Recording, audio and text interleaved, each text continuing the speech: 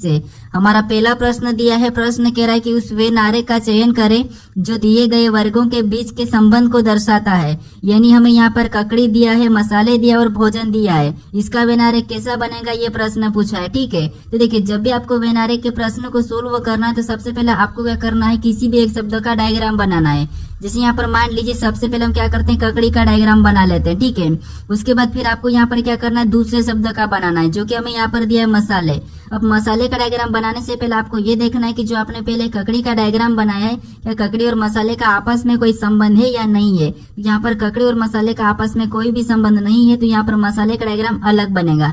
उसके बाद फिर आपको यहाँ पर तीसरे शब्द का बनाना जो कि हमें दिया है भोजन। अब भोजन का डायग्राम बनाने से पहले आपको ये देखना कि जो आपने पहले ककड़ी और मसाले का डायग्राम बनाया है, क्या उनका भोजन से कोई संबंध है या नहीं है। यहाँ पर ककड़ी और मसाले दोनों की दोनों भोजन के अंदर आते हैं, तो भोजन का डायग्राम कैसा बनेगा, यहाँ पर इनसे बाहर बनेगा और ये दोनों इसके अंदर हो जाएंगे। ठीक है, अब ये वाला ऑप्शन में देखेंगे तो ऑप्शन नंबर हमें यहाँ पर सी में दिया है, तो ऑप्शन नंबर सी हमारा यहाँ पर सही जवाब हो जाएगा। अब चलिए हम बढ़ते हैं प्रश्न 2 पे। अब दूसरे नंबर का प्रश्न दिया है। अब प्रश्न कह रहा है कि विलुप्त संख्या ज्ञात कीजिए। यानी हमें यहाँ पर एक प्रश्नवाचक चिन्ह दिया है, यहाँ पर कौन सी संख्या होगी यह हमें बताना है। ठीक है, तो देखिए जब भी आपको लुप्त संख्या के प्रश्न को सोल्व करना है तो सबसे पहले आपको क्या करना है, जो प्रश्नवाचक चिन्ह दिया है उसी की जगह बाकी की संख्या कैसे लिखी है सबसे पहले तो आपको पता करना है। ठीक है, जैसे यहाँ पर 81 कैसे लिखा और यहाँ पर 64 कैसे लिखा, ये सबसे पहले आपको पता करना है। तो यहाँ पर देखिए नीचे हमें क्या दिया है, 3 और 5 दिया है और यहाँ पर 7 और 2 दिया है। तो इन संख्या को हमेशा क्या करके हमें यहाँ पर 64 मिले और यहाँ पर इन संख्या को ऐसा क्या करके हमें 81 मिले। ठीक है, ये हमें पता करना है। अगर हम यहाँ पर 3 और 5 को आपस में जोड़ देते हैं तो यहाँ पर कितने होंगे, 8 होंगे। ठीक है, और 8 का वर्ग कर लेते तो 8 का वर्ग कितना होता है, तो 8 का वर्ग होता है 64। कितना होता है, 64, और 64 यहाँ पर लिखा है। अब इसी तरीके से हम क्या करेंगे, दूसरी आकृति में पता करें तो यहाँ पर भी हम 7 और 2 को आपस में जोड़ लेते हैं। ठीक है, तो यहाँ पर कितने हो जाएंगे, 9 हो जाएंगे। और जैसे हमने यहाँ पर वर्ग किया तो यहाँ पर भी हम क्या करेंगे, सेम तरीके से वर्ग कर लेंगे। तो यहाँ पर 9 का वर्ग कितना होता है, तो 9 का वर्ग होता है 81 और 81 भी यहाँ पर लिखा है। अब इसी तरीके से हम क्या करेंगे, यहाँ पर तीसरी आकृति में बताएंगे। ठीक है, तो सबसे पहले हम यहाँ पर क्या करेंगे, नीचे वाली संख्या को आपस में जोड़ लेंगे। तो 4 और 13 को आपस में जोड़ेंगे तो यहाँ पर कितने होंगे, 17। और जैसे हमने यहाँ पर जोड़कर वर्ग किया है, यहाँ पर भी जोड़कर वर्ग किया है, तो सेम तरीके से यहाँ पर भी इसका वर्ग करेंगे। ठीक है, तो 17 का वर्ग कितना होता है, तो 17 का वर्ग होता है 289। तो जो प्रश्नवाचक चिन्ह दिया यहाँ पर क्या होगा, 289। तो ऑप्शन में देखिए ऑप्शन नंबर हमें यहाँ पर बी में दिया है, तो ऑप्शन नंबर बी हमारा यहाँ पर सही जवाब हो जाएगा। ठीक है, अब चलिए हम बढ़ते हैं प्रश्न 3 पे। अब तीसरे नंबर का प्रश्न दिया है। अब प्रश्न कह रहा है कि नीचे दिए गए विकल्पों में से संबंधित संख्या को चुनिए।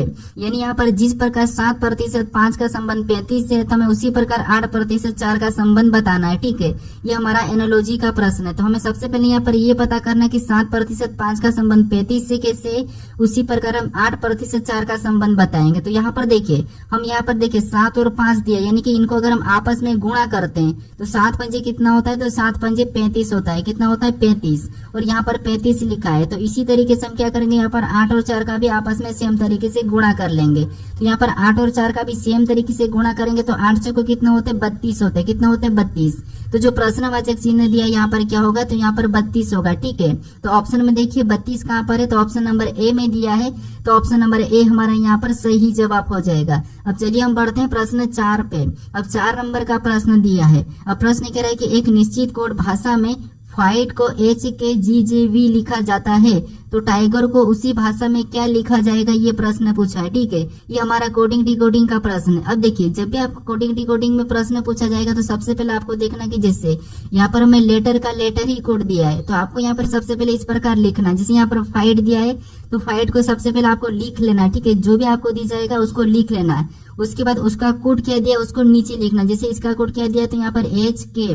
ठीक है, तो आपको लिखना है H, उसके बाद K, उसके बाद यहाँ पर क्या दिया है, G दिया है, फिर J दिया है, फिर V दिया है। तो ऐसा लिखने के बाद फिर आपको यहाँ पर पता करना। ठीक है, जैसे यहाँ पर एक एक को देखेंगे तो FC यहाँ पर क्या लिखा है, H लिखा, मतलब यहाँ पर कितना प्लस किया, तो यहाँ पर +2 किया। ठीक है, फिर यहाँ पर I से देखेंगे K लिखा है, तो यहाँ पर कितना प्लस किया, तो यहाँ पर भी अल्फाबेट में यहाँ पर 2 को प्लस किया है। फिर यहाँ पर देखेंगे तो G से तो G को ही लिखा है। ठीक है, यानी कि यहाँ पर भी G है और यहाँ पर भी G है, तो यहाँ पर तो G से G ही लिखा है, यानी कि बीच वाले को वैसा ही लिखा है। उसके बाद S से J को देखेंगे तो यहाँ पर भी कितना प्लस किया, तो यहाँ पर भी 2 प्लस किया है। फिर यहाँ पर T से B लिखा है, तो यहाँ पर भी कितना प्लस करके लिखा, तो यहाँ पर भी ABCD में 2 प्लस करके लिखा है। तो उसी तरीके से हम यहाँ पर टाइगर का बता देंगे। ठीक है, जैसे सबसे पहले यहाँ पर क्या करेंगे, टी में 2 प्लस करेंगे तो यहाँ पर क्या होगा, वी होगा। फिर हम यहाँ पर आई, और आई में भी 2 प्लस करेंगे तो यहाँ पर क्या हो जाएगा, तो यहाँ पर हमारा के हो जाएगा। उसके बाद देखिए ये हमारा बीच का है, तो बीच वाले को तो वैसा ही लिखना है, ठीक है। तो यहाँ पर जी को हम क्या करेंगे, वैसा ही लिखेंगे। उसके बाद यहाँ पर आई दिया और ई में भी 2 प्लस करेंगे तो यहाँ पर क्या हो जाएगा, जी हो जाएगा। उसके बाद यहाँ पर आर दिया है और आर में भी 2 को प्लस करेंगे तो यहाँ पर क्या हो जाएगा, तो यहाँ पर टी हो जाएगा, ठीक है। अब हमें ये ऑप्शन में देखना है कि वी के जीजीटी कहाँ पर दिया है, तो ऑप्शन नंबर हमें यहाँ पर डी में दिया है, तो ऑप्शन नंबर डी हमारा यहाँ पर सही जवाब हो जाएगा, ठीक है। अब चलिए हम बढ़ते हैं प्रश्न 5 पे। अब 5 नंबर का प्रश्न दिया है। अब प्रश्न करें कि दी गई श्रृंखला श्रेणी में प्रश्न चिन्ह के स्थान पर कौन सी संख्या होगी, यानी श्रृंखला में एक प्रश्नवाचक चिन्ह दिया है, यहाँ पर कौन सी संख्या होगी ये हमें बताना है, ठीक है। तो देखिए जब भी आपको श्रृंखला के प्रश्न को सोल्व करना तो सबसे पहले आपको संख्या को ध्यान से देखने की संख्या कैसे लिखे। जैसे यहाँ पर देखिए 10 के बाद 10 लिखा है, फिर 10 के बाद 20 लिखा है, 20 के बाद 60 और 60 के बाद 240 लिखा है। तो ये संख्या कैसे लिखी, इन्हीं संख्या का पता करके फिर हम क्या करेंगे, अगली संख्या को बताएंगे, ठीक है। तो यहाँ पर देखिए 10 से 10 कैसे लिखा ये पता कर। तो देखिए अगर हम यहाँ पर प्लस तो कर नहीं सकते तो यहाँ पर क्या करेंगे, हम 10 से 10 यानी गुणा 1 करेंगे। 10 का 1 गुणा करेंगे तो 10 होगा। फिर देखिए 10 के बाद आगे 20 का पता करेंगे तो यहाँ पर 10 का क्या करेंगे, तो अगर हम 10 का 2 गुना करेंगे तो हमारा कितना होगा, 20। और 20 से अब 60 का पता करते तो यहाँ पर देखिए 20 का यहाँ क्या करेंगे, तो 20 का यहाँ पर हम 3 गुना करेंगे तो 20 3 कितना होंगे, 60, और 60 यहाँ पर लिखा है। अब 60 से 240 का पता करते तो यहाँ पर देखिए 60 का भी क्या करेंगे, तो 60 का अगर 4 गुना करेंगे तो कितना होंगे, 240। तो उसी तरीके से हम क्या करेंगे, अगली संख्या को बताएंगे। तो यहाँ पर पैटर्न को समझिए, सबसे पहले 1 गुना हुआ, फिर 2 गुना, फिर 3 गुना, फिर 4 गुना। तो अगली संख्या लाने के लिए हमें यहाँ पर क्या करना होगा, 5 गुना, ठीक है। तो 240 का 5 गुना करेंगे तो यहाँ पर कितने हो जाएंगे, तो यहाँ पर हो जाएंगे 1200। कितने, 1200। तो ऑप्शन में देखिए 1200 कहाँ पर है, तो ऑप्शन नंबर ए में दिया है, तो ऑप्शन नंबर ए हमारा यहाँ पर सही जवाब हो जाएगा, ठीक है। अब चलिए हम बढ़ते हैं प्रश्न 6 पे। अब 6 नंबर का प्रश्न दिया है।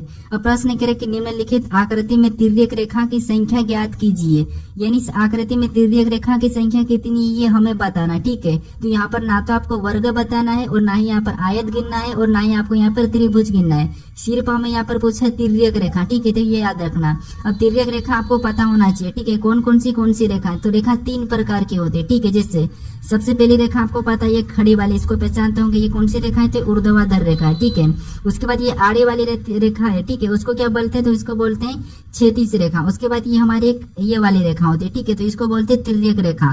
तो ये हमारी फर्स्ट वाली रेखा कौन सी, तो ऊर्ध्वाधर रेखा है, और सेकंड वाली क्षैतिज रेखा है, और यहाँ पर थर्ड वाली हमारी तिर्यक रेखा, ठीक है। तो इसी को हमें क्या करना है, काउंट करना, ठीक है। तो यहाँ पर गिनेंगे तो देखिए इधर से ये 1 बन रही है, ये हमारी दूसरी है, इधर से देखेंगे तो ये हमारी तीसरी है, ये हमारी चौथी है, ये हमारी 5वीं, यानी कि ये 5 हमारी ये वाले, ठीक है। और देखेंगे हम तिर्यक रेखा में आड़े वाले देखना है, तो हमारी इधर से भी ये 1 ये वाली है, फिर ये हमारी दूसरी है, ये हमारी तीसरी, ये चौथी और ये 5वीं, 5 इधर से भी है, ठीक है। और भी देखेंगे तो और हमें यहाँ पर नहीं देखने को मिल रही। बाकी हमें क्या कौन सी देखने को मिल रही, तो ये हमारी कौन सी यहाँ क्षैतिज देखने को 2 मिल रही है। उसके बाद ऊर्ध्वाधर देखेंगे तो ऊर्ध्वाधर हमारी ये वाली ऊर्ध्वाधर देखने को मिल रही है। हमें यहाँ तिर्यक रेखा पूछा था, ठीक है। तो तिर्यक हमारी यहाँ पर 5 और 5 कितनी हो जाएगी, 10 हो जाएगी, ठीक है। 10 ऑप्शन में देखिए, तो ऑप्शन नंबर हमें सी में दिया है, तो ऑप्शन नंबर सी हमारा यहाँ पर सही जवाब हो जाएगा, ठीक है। अब चलिए हम बढ़ते हैं प्रश्न 7 पे। अब 7 नंबर का प्रश्न दिया है। अब प्रश्न कह रहा है कि नीचे दिए गए खुले घन में फूल के विपरीत फलक पर कौन होगा, यानी हमें यहाँ पर एक खुला पासा दिया है, ठीक है। खुला पासा दिया है, इसमें फूल के विपरीत कौन सा होगा ये हमें बताना, ठीक है। तो देखिए जब भी आपको खुले पासे में किसी का भी विपरीत बताना है तो यहाँ पर क्या करना, थोड़ा सा समझिए। देखिए सबसे पहले तो आपको एक छोड़ के एक चलना है। जैसे यहाँ पर एक छोड़ के एक चलेंगे तो यहाँ पर हमारा तना का पत्ता हो जाएगा, ठीक है, क्योंकि हमने यहाँ पर फूल को छोड़ दिया। उसके बाद यहाँ पर बीच के बाद और आगे चलेंगे तो बीच से एक और छोड़ेंगे तो यहाँ पर हमारा फल हो जाएगा, और फूल का भी तना छोड़ देंगे तो यहाँ पर हमारा क्या हो जाएगा, फली हो जाएगी। ये दूसरे के विपरीत है। अब देखिए यहाँ पर एक और खास बात है कि आपको किसी का भी विपरीत बताना है तो यहाँ पर सबसे पहले सभी का विपरीत निकालना होगा, ठीक है। क्यों निकालना होगा, क्योंकि यहाँ पर देखिए जब भी आप विपरीत बताते हो तो विपरीत में कभी भी जो विपरीत होता है उसका कोना और भुजा मिला हुआ नहीं होना चाहिए, ठीक है। तो यहाँ पर हमें किसका विपरीत पूछा है, तो हम यहाँ पर फूल का विपरीत पूछा है, तो फूल का विपरीत यहाँ पर क्या निकला हमारा, तो फूल का फली निकला है। तो ऑप्शन में देखिए फली कहाँ पर है, तो ऑप्शन नंबर डी में दिया है, तो ऑप्शन नंबर डी हमारा यहाँ पर सही जवाब होगा, ठीक है। तो थोड़ा सा इसको अच्छे से समझ ले, क्योंकि उसके बाद आपको मैं सिखाऊंगा बंद कैसे पासे को करना है। अब चलिए हम बढ़ते हैं प्रश्न 8 पे। अब 8वें नंबर का प्रश्न दिया है। अब प्रश्न कह रहा है कि असंगत शब्द का चयन करें, यानी हमें यहाँ पर 4 शब्द दिए, इनमें से असंगत कौन सा हमें ये बताना है, ठीक है। तो 3 किसी न किसी तरह समान है लेकिन एक अलग है, वो हमें बताना है। तो यहाँ पर अगर हम ध्यान से देखेंगे तो चारों शब्दों में क्या है, किसी न किसी की राजधानियां ही है। लेकिन अगर आप यहाँ पर चेन्नई को देखेंगे, ठीक है, उसके बाद यहाँ पर लखनऊ, उसके बाद यहाँ पर कोलकाता, अगर इन तीनों को देखो तो ये हमारे किसकी राजधानी है, तो ये हमारे राज्य की राजधानी है, किसके राज्य की राजधानी है, ठीक है। लेकिन जो हमें दिल्ली दी है ये हमारी किसकी राजधानी है, तो ये हमारी देश की राजधानी, किसकी, देश की। अब ये किस देश की राजधानी, ये मुझे आप कमेंट करके बताओ, ठीक है। तो हमें यहाँ पर असंगत यानी कि अलग पूछा था, तो अलग हमारा यहाँ पर ऑप्शन नंबर सी वाला सही होगा, ठीक है। कौन सा होगा, ऑप्शन नंबर सी। अब चलिए हम बढ़ते हैं प्रश्न 9 पे। अब 9 नंबर का प्रश्न दिया है। अब प्रश्न कह रहा है कि उस विकल्प का चयन करें जो AB रेखा के दर्पण छवि को दर्शाता है, यानी यहाँ पर हमें पेस्ट दिया है, इसकी यहाँ पर AB रेखा दर्पण छवि इधर कैसी बनेगी ये प्रश्न पूछा है, ठीक है। तो देखिए जब भी आपको ऐसी दर्पण छवि वाला प्रश्न पूछे, कोई सी भी रेखा दे, आपको क्या करना है, एक एक को देखना है। जैसे सबसे पहले यहाँ पर किसकी छवि बनेगी, तो इधर जाएंगे तो टी की बनेगी, किसकी, टी की, ठीक है। और टी यहाँ पर देखिए कैसा बनेगा, तो कोई प्रभाव नहीं पड़ेगा, इस टाइप से बनेगा। तो ऑप्शन में देखिए यहाँ पर तो नीचे की ओर झुका और यहाँ पर भी नीचे की ओर झुका है, तो दोनों ऑप्शन हमारे गलत हो जाएंगे, ठीक है। उसके बाद सेकंड देखेंगे तो यहाँ पर एस की बनेगी, तो एस की कैसी बनेगी, तो एस की ऐसी हमारे उल्टा हो जाएगा, ठीक है। उसके बाद हमारे यहाँ पर ई की बनेगी, तो ई भी कैसा बनेगा, तो ई भी हमारा ऐसा उल्टा हो जाएगा, ठीक है। उसके बाद हमारे यहाँ पर पी की बनेगी, तो पी भी हमारा कैसा बनेगा, तो पी हमारा इस टाइप से बना। तो ये हमें ऑप्शन में देखना है। तो ऑप्शन नंबर हमें यहाँ पर बी में दिया है, ठीक है। तो बी वाला हमारा यहाँ पर सही होगा, क्योंकि ई पर यहाँ पर कोई प्रभाव नहीं पड़ा है, तो इसीलिए यहाँ पर हमारा बी वाला सही जवाब हो जाएगा। अब चलिए हम बढ़ते हैं प्रश्न 10 पे।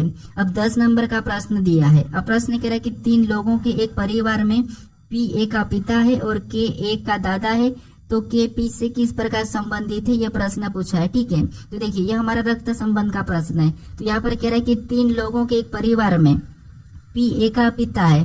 अब पी क्या है, तो पी ए का पिता है, ठीक है। तो ये पी क्या है, ए का पिता है, तो ये ऊपर लिखाएगा और ए नीचे लिखाएगा, ठीक है। ए का पिता है तो इसे हम प्लस मान लेते हैं। उसके बाद हमें ए को ने ये नहीं कहा, ठीक है। उसके बाद पी ए का पिता है। उसके बाद आगे प्रश्न करे कि के ए का दादा है। के क्या है, ए का दादा है। अब के ए का दादा है मतलब यहाँ पर के इसके ऊपर आ जाएगा, ठीक है। कहाँ पर, ऊपर। अब दादा है तो इसको हम प्लस मान लेते, ठीक है। उसके बाद आगे प्रश्न करा है कि तो के पी से किस प्रकार संबंधित है। यहाँ पर पूछ रहा है कि पी से, यानी कि यहाँ पर उल्टा बताना आपको कि पी का के क्या लगेगा। तो पी का के क्या लगेगा, तो यहाँ पर देखिए ये इसका पिता होगा, तो ये क्या लगेगा, पिता लगेगा। तो ऑप्शन में देखिए पिता कहाँ पर है, तो ऑप्शन नंबर ए में दिया है। तो ऑप्शन नंबर ए हमारा यहाँ पर सही जवाब होगा, ठीक है। तो काफी सारे स्टूडेंट क्या करते हैं, यहाँ से कंफ्यूज होता है, प्रश्न को तो सही कर लेते हैं लेकिन वहां पर आपको रिलेशन बताने में दिक्कत आती है, ठीक है। तो जहां पर भी से लगा वहां से आपको उल्टा बताना। जैसे यहाँ पर पी से पूछा था तो पी का क्या लगेगा, ये आपको उल्टा बताना है। अब चलिए हम बढ़ते हैं प्रश्न 11 पे।